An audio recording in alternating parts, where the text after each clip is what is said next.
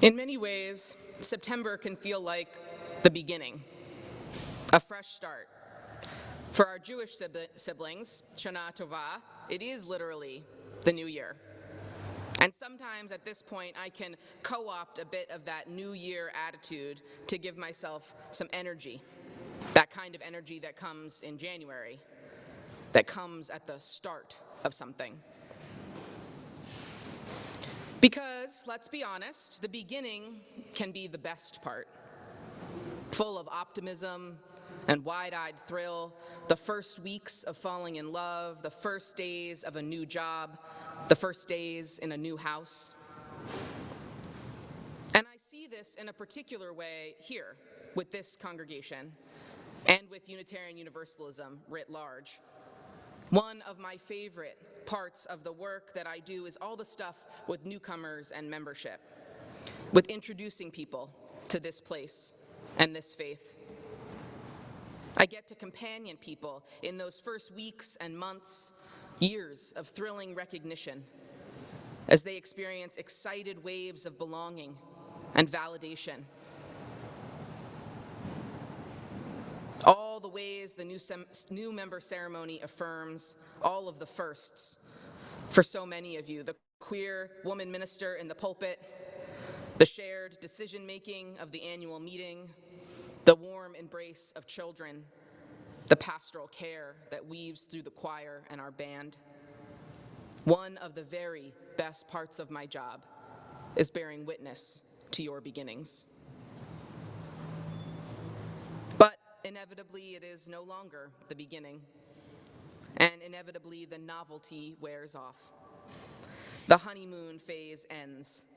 Those first few weeks of falling in love give way to the intimacy of toenail clippings. The new job shows you their bad work-life balance, and the new house has an ant problem. Well, I hope she knows you only like the beginning of things, says Faye Miller to Don Draper in my all-time favorite TV show, Mad Men. And it's true. In that one moment, Don Draper is all of us. We all really like the beginning of things. Because on the other side of novelty is reality. The reality that this congregation and this faith will disappoint you, because guess what? We aren't perfect. This faith isn't perfect.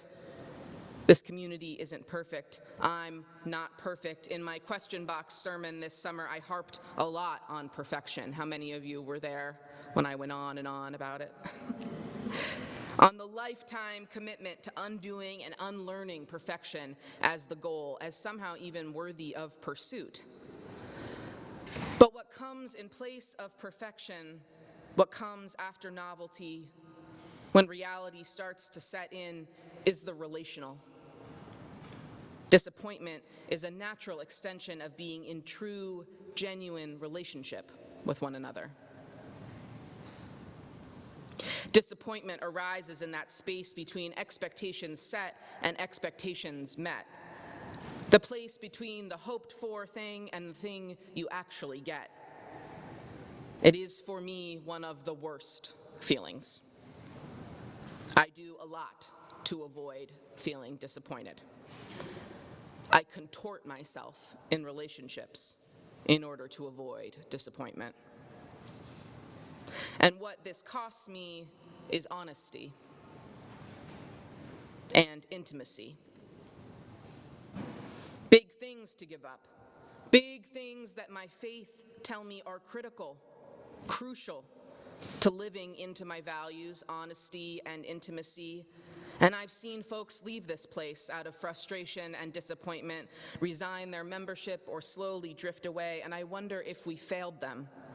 If we did things perfectly, would everyone stay? And then I remember the unlearning of perfection. Layla Ibrahim writes, in nearly 30 years of relationship, there have been lots of disappointments, but staying away has never helped me through those times, rather coming in closer. Telling people about my spiritual crisis, listening, sharing, caring, worshiping, have helped me to know that this is where I belong. even when the congregation is the source of my frustration and disappointment. I look out today at the faces in the pews and at the faces online. I see long-timers who stayed in, who stayed close. Through ministers with questionable ethics, through delays and dismissals of projects and proposals that were dear to people's hearts, through small groups when no one showed up, chapters of grief when no one called to check in, I see you showing up to love this place, to love us, even when you don't like it. Ibrahim says, tell about the disappointment. Tell about the hurt. Lean into the places where it feels bruised. Be about the imperfection. Strive for honesty and intimacy. Get comfortable with the idea that we are all disappointing one another all the time, and yet we love one another. Because what we are doing here is different. The quality of the relationships in congregational life are bound by love.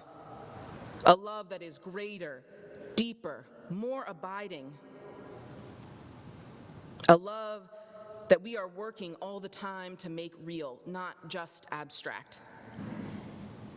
One that transcends the superficiality of having the same interests, or living in the same neighborhood, or of being in the same stage of life. We need not think alike to love alike. It is predicated on a foundation of shared values, a deeper and more enduring commitment to treating one another fairly, with an eye towards wholeness and justice. We are in church to learn to love better, Ibrahim writes. It is a deep spiritual practice. I remember a few years ago when my two best friends from college flaked out on going to our reunion together. Only a few short weeks before we were supposed to go, I had arranged for us to share a dorm room. I had signed us up and sent out reminder emails. This is the kind of friend I am. My heart was in this. I had visions and fantasies about what it was going to be like for all three of us to be there together, revisiting the old spots, drinking beers in the square, staying out, making new memories in a place that had been the source of our origin story. And when they flaked, I cried. And in that disappointment was a sharp insecurity that our relationship, there wasn't enough love. That they didn't love me enough to push through whatever problems there were that stood between them and coming. And I remember so distinctly that in that moment, it was Unitarian Universalism that spurred me on. We are here to learn to love better, to embrace honesty and intimacy, to live as if there is a love greater than all of that, which holds me, which holds us, that will be there, even if my friends dismissed my pain, even if my friends can't meet me in Ohio. So in that moment, I wrote them an email that said I was hurt. It said I was disappointed and I loved them, and that's why I wanted this so badly. And I hoped they loved me too. And you know what happened after I hit send? They called me right away. And they wrote back right away, and they said, I love you too. I'm sorry that I disappointed you. I'll find a way to make it up to you, and they did. And what I found was this new spaciousness in our relationship, this new trust in our friendship, that we had come back stronger. We had built some new dimension, new depth, that by being honest and asking and telling and being about that disappointment and that hurt, I had made more space for love to be articulated. This was loving them beyond liking them. The poet Jane Hirschfeld writes, "See how flesh grows back across a wound with great vehemence, more strong than the simple, untested surface before. There's a name for it on horses when it comes back, darker and raised, proud flesh. As all flesh is proud of its wounds, it wears them as an honor, and when two people have loved each other, see how it is like a scar between their bodies, stronger, darker, proud. How the cord makes of them a single fabric that nothing can tear. Proud flesh. The quality of what we are doing here, the relationships we have here, it is different because we are bound to one another by a covenant of mutual respect and mutual dignity and a mutual desire to see the world transformed by love. So even though this place is rife with opportunities for disappointment over and over and over, there is still love. Love beyond the like. If we be about the disappointment, if we speak about the disappointment, it creates spaciousness. It adds dimension that we can fill with love. Let yourself practice it here. Learn to love better here. Stay here. Because from that, what emerges is a stronger, prouder honor, a fabric that nothing can tear.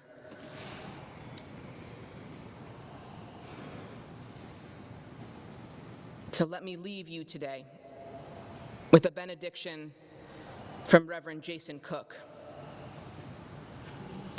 When there is so much, more than you can take in, more than you can see or feel or hear or hold, remember to love.